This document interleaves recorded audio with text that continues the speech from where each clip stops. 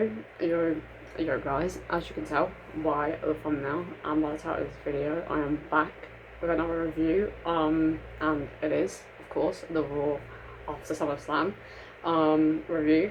I'm not going to be doing Raw and SmackDown reviews as much as I used to do them. I'm, from now on, going to do like a video on the Raw or SmackDown if I feel like it's worthy of a review. If there's like enough that I feel worthy enough to talk about, of course. But I'll always do like Raws before a PLE and then the Raw after a PLE, because they're like two of the most important like Raws, because the Raw before and then the Raw after. So I'll always like, you know, do a Raw review and a Raw after, but I won't always do like the Raws in between the PLEs. Well, before the Raw, before the PL, I won't do a review of Raw SmackDown before the Raw and SmackDown before the PLE in that week of a PLE. I might not do them like every single week from now on, because yeah, sometimes I do the review and I'm like, there wasn't really much to talk about. Don't know why I did the review in the first place. Yeah,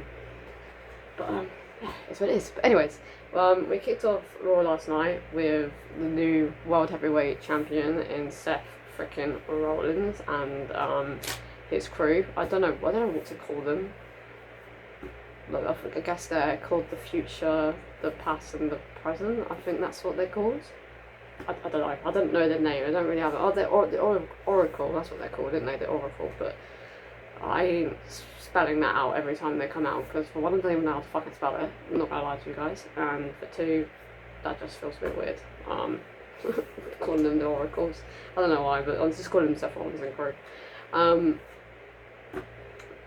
I didn't write down a lot for the segment. It was a really good segment, but I didn't write that much about it, because I don't tend to write a lot when it comes to like segments. I only write like the main like key points that I feel are like worth talking about. But anyways, Paul Heyman has now come up with a new name. Well, it's kind of a new name, but Bronson Reed is now called the Tribal Chief.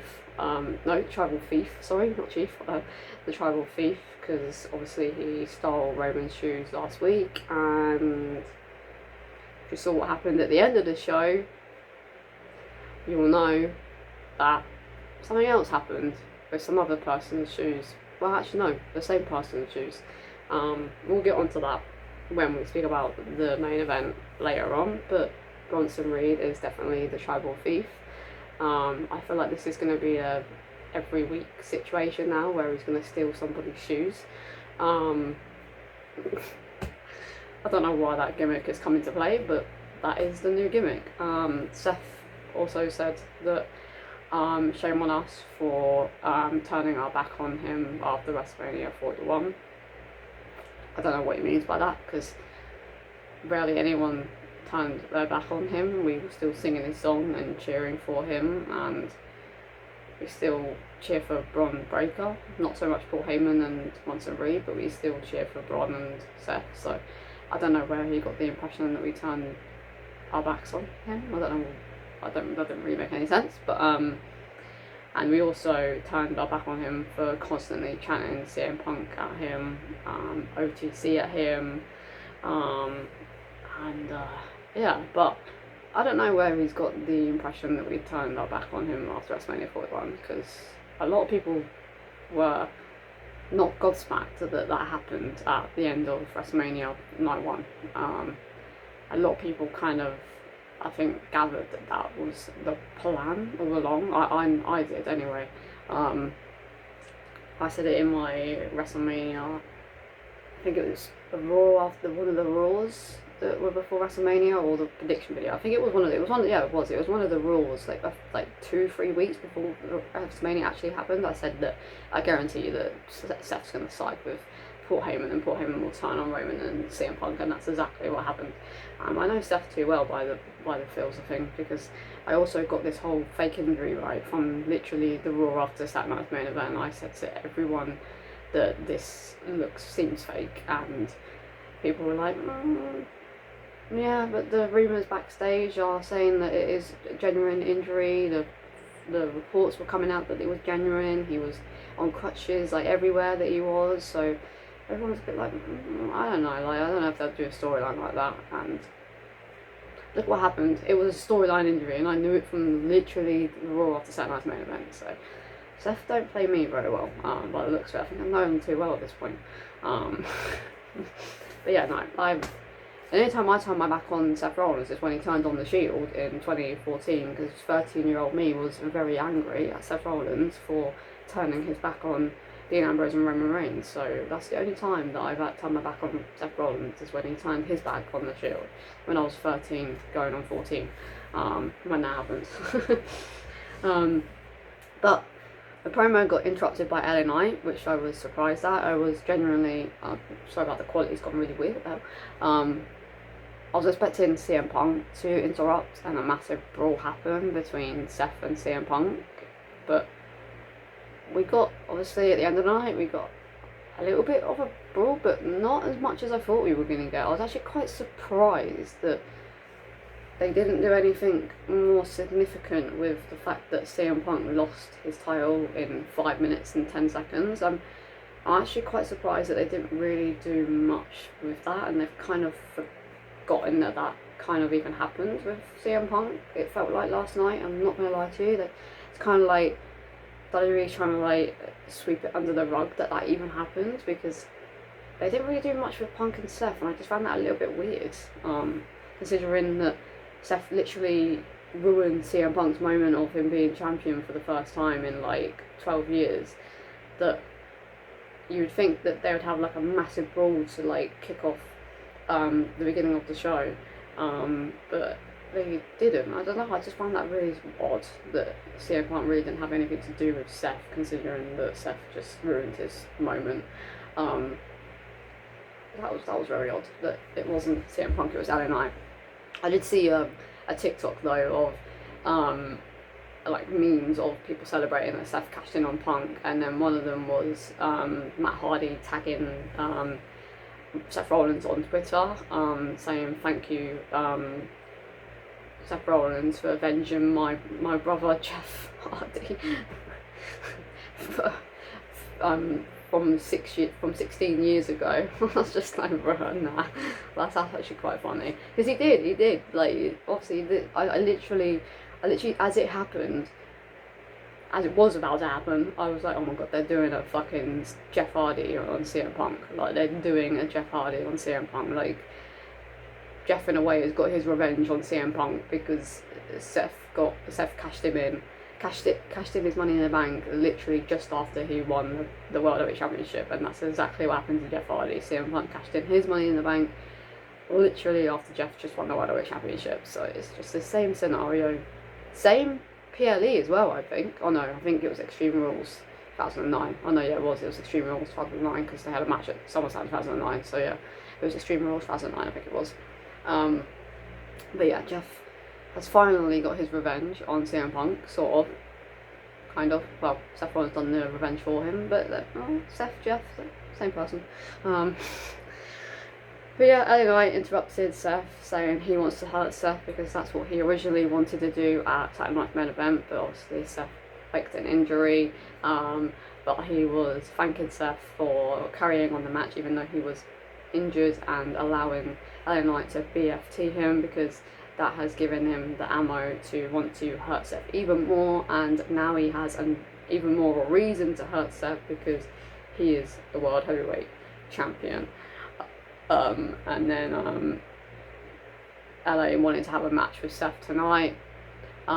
Seth said no as he was about to go into gorilla position. Adam Pearce came out and said this isn't a normal night of Monday Night Raw, so it's official. Tonight in the main event, he didn't say like that, but tonight it's just him pronouncing that the match is going to happen. Tonight in the main event, LA Knight versus Seth Rollins for the World Heavyweight Champion, and also, by the way, Braun Breaker and Bronson Reed are banned from a ringside. And that's what match was made official for the main event of Monday Night Raw. I did give the segment like a 4 out of 5, because I'm going to start like telling you guys my ratings for like matches and stuff like that, because I found it quite like, intriguing to do that because I do that on my notes. Like, I always write Raw, the whole of Raw on my notes. So I thought I would let you know my ratings for Raw when it comes to the situations that happen. I did give the whole segment a 4 out of 5 because I found it to be very, very good.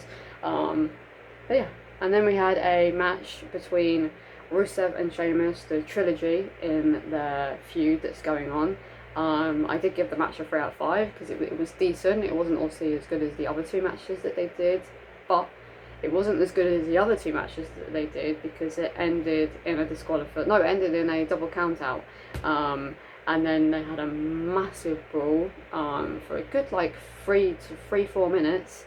And then they brawled later on in the night when Sami Zayn was being interviewed, and then they brawled again when was it the other way around, when Charlotte, is it Sami first then Charlotte, or was it Charlotte then Sami? I think it was, oh no, it was Charlotte Flair.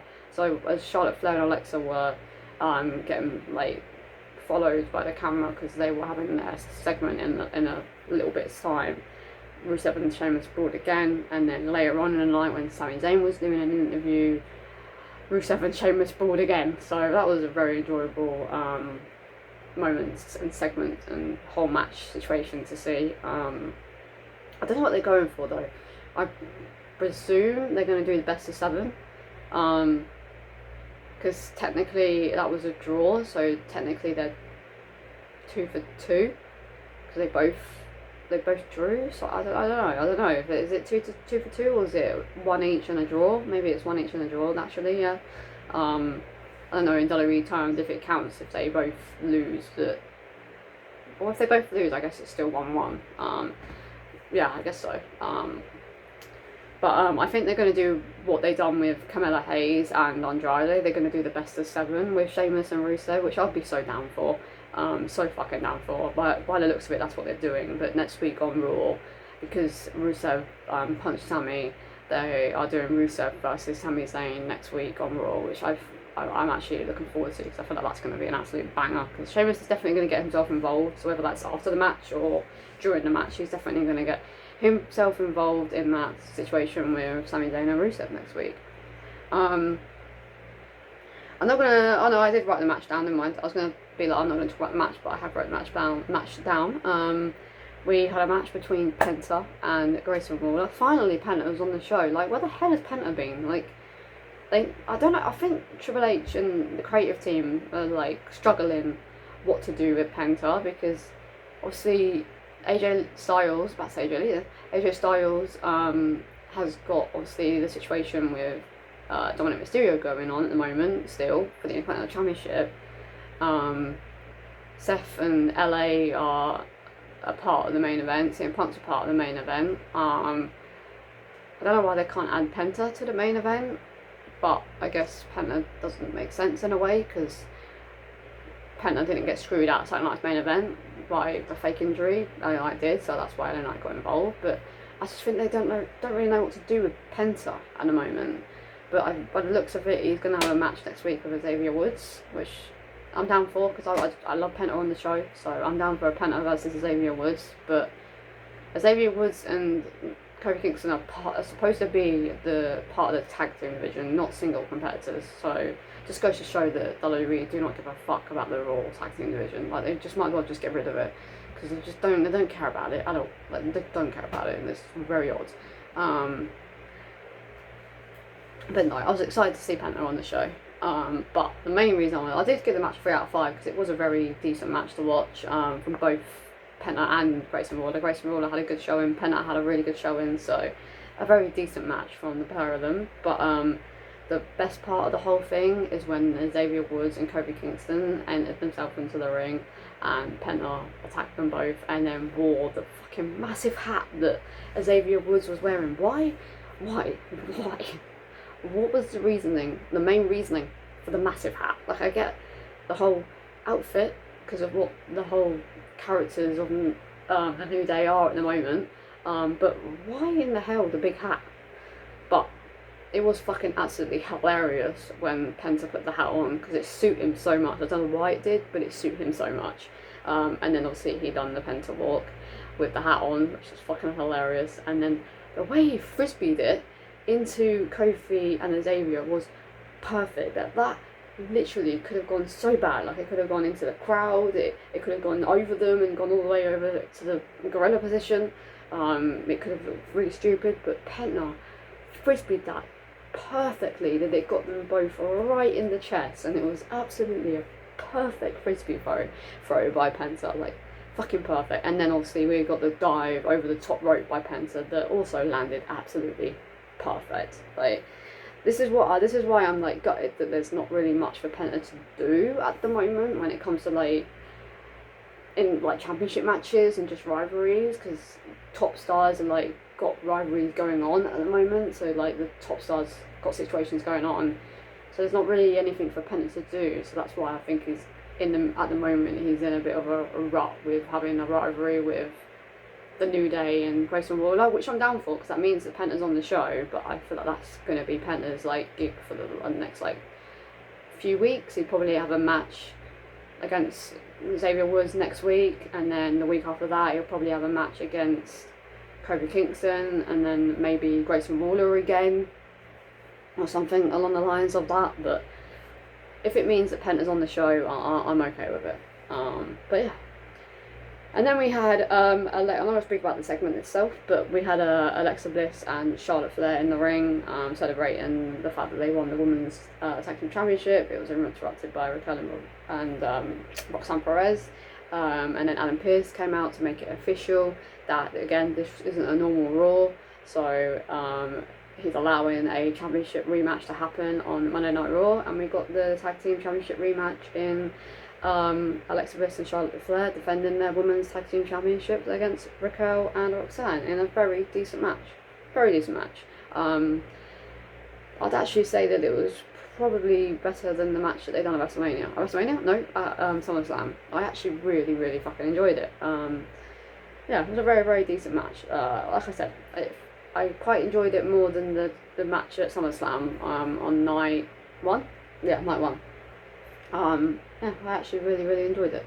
I'm glad that I was actually kind of worried that they were going to take the belts back off Alexa and Charlotte by like some sort of like by accident like kick or something like that.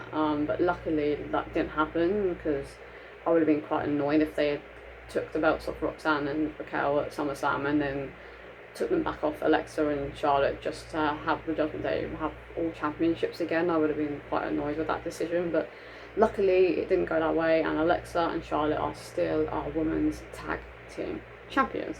We had a segment with Damage Control, Io Sky and Rhea Ripley. Obviously Rhea is still yet to be Io Sky, but we did find out later on in the night in an interview with Stephanie, that we'll get on to a little bit more when we get on to the interview with Stephanie, but that Naomi will defend her Women's Tag World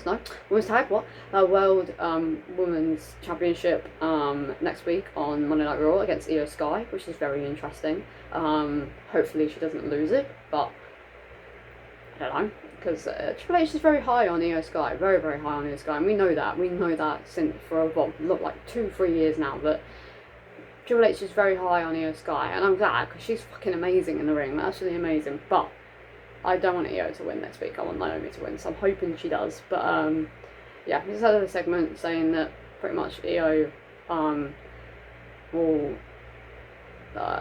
Rhea will never beat Io. That's what Io said to Rhea anyway, that she will never, you will never beat me.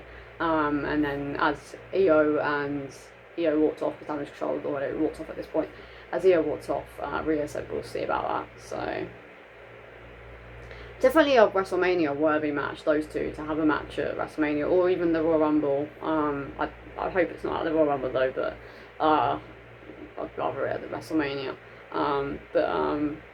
Yeah, it's definitely worthy of a WrestleMania match between those two, because Rhea has yet to beat Io Sky, and there needs to be some stipulation on it. Like, if Rhea doesn't beat Io, there's I don't know what, but something. If Rhea doesn't beat Rio, she has to leave for SmackDown or something, or like leave or something like that. I don't know, like some sort of like crazy stipulation to make it even more interesting, the match between Io and Rhea, to see if Rhea can finally beat Io Sky. But yeah. And then we had a backstage segment with Bailey and Lyra Valkyria. Bailey was apologising to Lyra, but Lyra wanted nothing to do with it. I am really suspicious on who's going to be the heel in this scenario, and I definitely think that more of my suspicion on turning heel is Lyra Valkyria.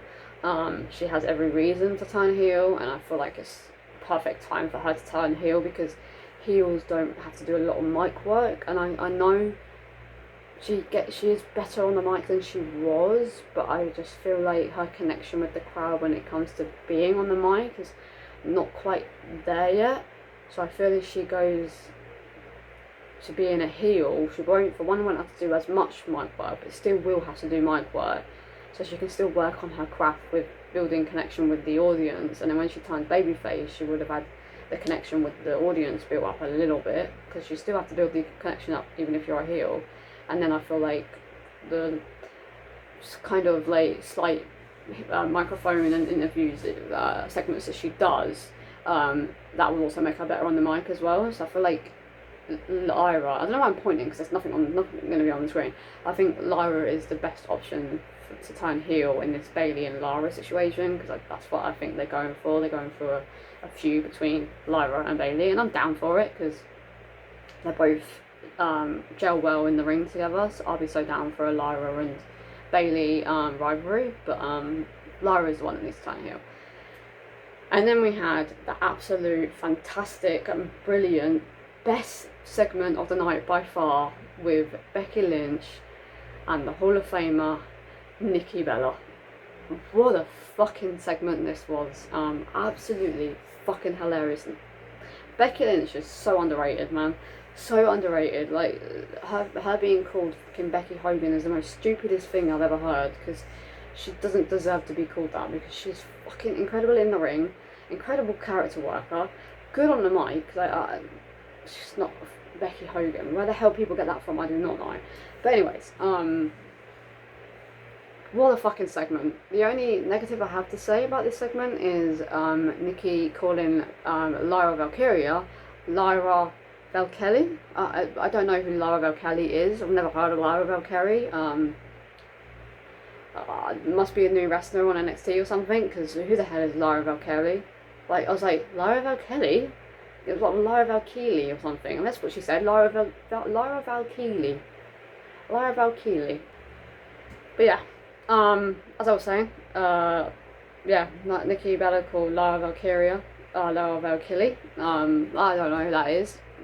Must be someone from NXT that I just haven't seen WWE yet, but yeah, I don't know how she messed up her name that badly. It's not that hard to say.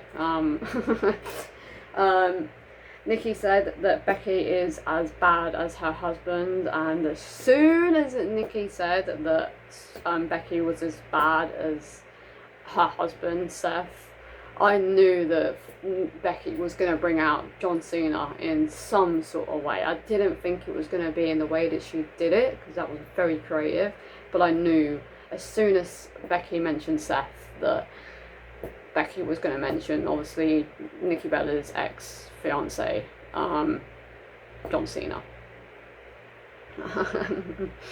And she did.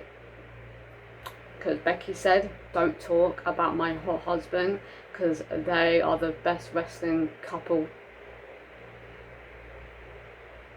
in the world. I don't know.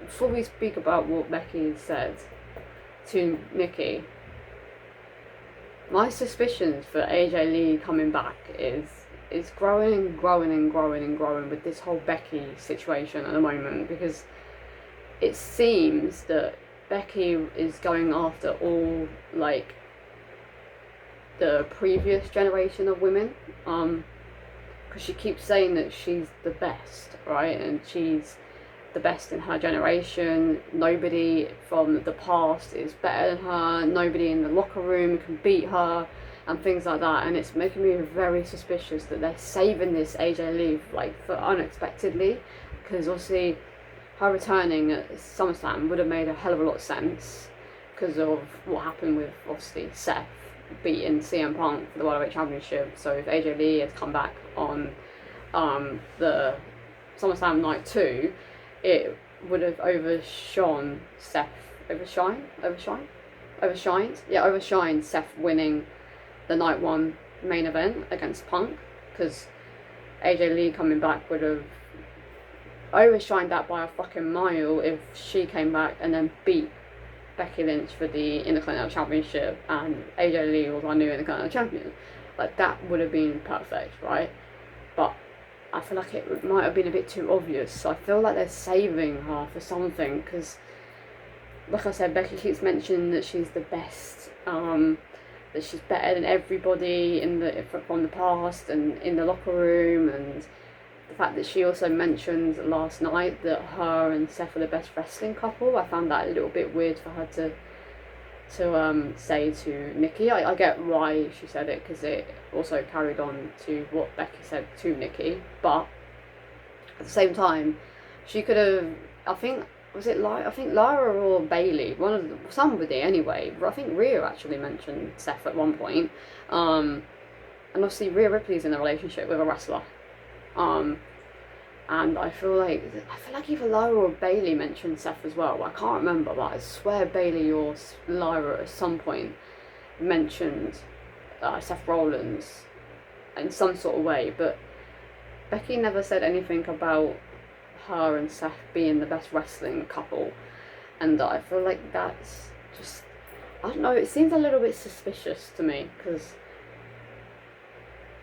there's keep being loads of rumours about AJ Lee coming back, and AJ Lee also saying on a press conference that she done at WrestleCon, I think it was WrestleCon or Comic-Con, that when she done the film for a new film that she was filming and she had to wrestle with, she said it was like riding a bike because it was that easy, and that she misses the fan live interaction.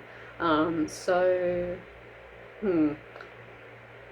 don't know, but are Becky and Seth Rollins the best wrestling couple? I don't know. Probably, yeah.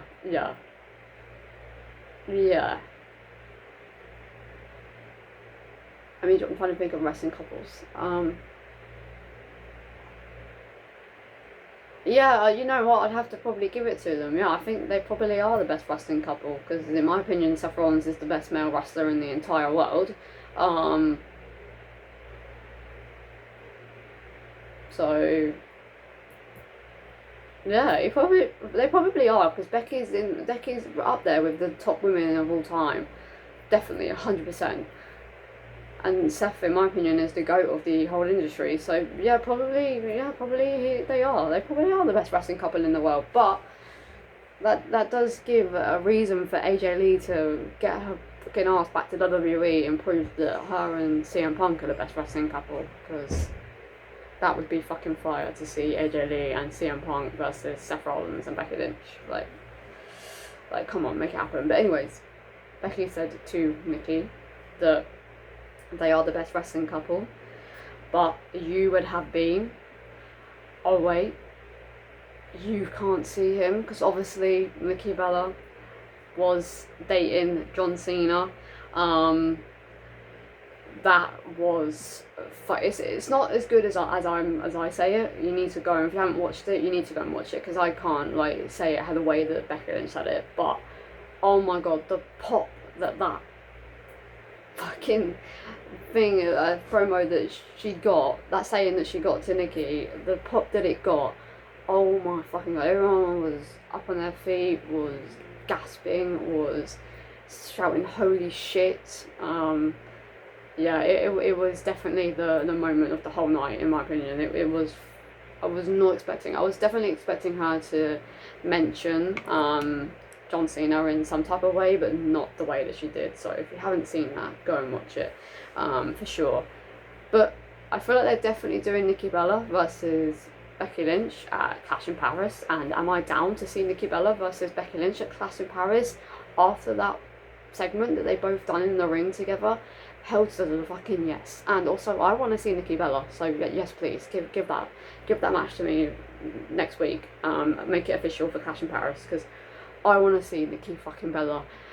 Yes, please. Yes, yes, yes. So hopefully they make that match official for Clash in Paris in 2 weeks' time, or 3 weeks' time. 3 weeks' time this Sunday. And then we had a hilarious Naomi and Stephanie Vicker segment, where she said she'd gone and stick them horns up her behind, so far up her behind that she will walk with a limp, and then as she was leaving she started walking with a limp. This Naomi character is just too good, man. Like, too fucking good. Like, too good. Like, Naomi could be on the show throughout the whole 2 hours and 30 minutes that Raw's on, and I'd be happy to have a whole show just dedicated to Naomi, because she's absolutely fucking hilarious to watch. Very much enjoying this whole Naomi character. It is fucking fantastic. Like, absolutely fantastic. And like I said, I hope that Naomi beats Io Sky next week, so that we do get Naomi versus Stephanie, because they keep building up Naomi and Stephanie, and I just feel like if they were building up maybe Io and Stephanie, or Rhea and Stephanie, Io and Rhea would have got herself involved in the segment with Stephanie. But I'm hoping that they're just going to do Naomi versus Stephanie, because that's what I want to see. Yeah. But yeah, no, that was funny. And then we were on to the main event, which was between LA Knight and Seth Rollins. I did give the main event of the night a 3 out of 5, because it was a decent main event. I didn't think it was good, I didn't think it was great, but it was decent. It wasn't like very long, because obviously what happened afterwards, so they had to cut the main event a bit short because of, yeah, stuff that happened after. But Seth Rollins was about to curb stomp LA Knight into the floor, because he had got rid of the floorboards, the protective floorboards, and he was about to curb stomp LA Knight, but from behind, he almost fell over.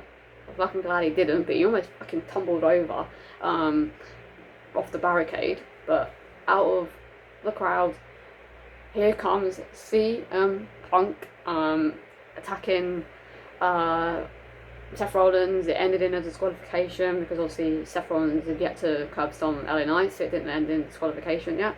It would have done if LA Knight had got curb stomped into the floor, but it didn't happen yet. So because of CM Punk interrupting the match and attacking Seth Rollins, it ended in disqualification. They started brawling around the ring. Punk almost threw like a massive, one of the fucking brawl things that held the World Championship. He like chucked it at fucking Seth. That would have fucking hurt Seth, because it's proper like metal. So those two are just fucking crazy, honestly.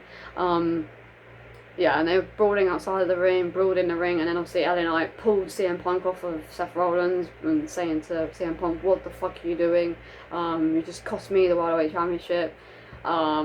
And then obviously, well, before that happened, actually, Bron Breakker and Bronson Reed came out of nowhere and speared the fuck out of CM Punk. Actually, no, I think the LA Knight situation happened before Bron Breakker and Bronson happened, because, yeah, LA Knight pulled CM Punk off. They started, CM Punk just pushed LA Knight off. They started brawling again, him and Seth. They brawled outside of the ring. Bronson Reed came out of nowhere and fucking flying like Superman and spearing CM Punk. They got dragged into the ring. Seth Rollins curb stomped. LA Knight speared the liver shit out of LA Knight.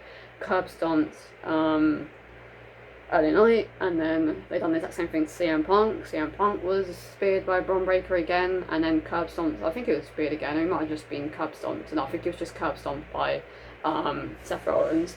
And then they all left the ring, and then Roman Reigns' music hit. I was like, what the fuck? Okay, this was really weird. I wasn't expecting Roman Reigns to come out. I was considering Roman hasn't really been involved in the whole, like, well, actually, no, yeah, I was about to say he hasn't been involved in the whole Seth and Braun and Bronson thing, but what am I going on about? Of course he has. He literally had a match at Night 1's Summerslam, so I don't know what the hell I was about to say then.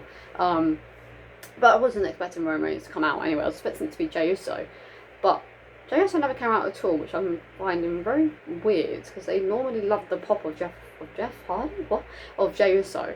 Because obviously everyone likes to do the yeet, and everyone was screaming for yeet, but we never saw Jey, which I found to be very weird, because considering Roman was also involved in the Bronson and Bron Breakker situation along with Jey, so why did Jay not come out? Like, Jay would have probably been destroyed, but I'm just confused of why he didn't come out in the first place.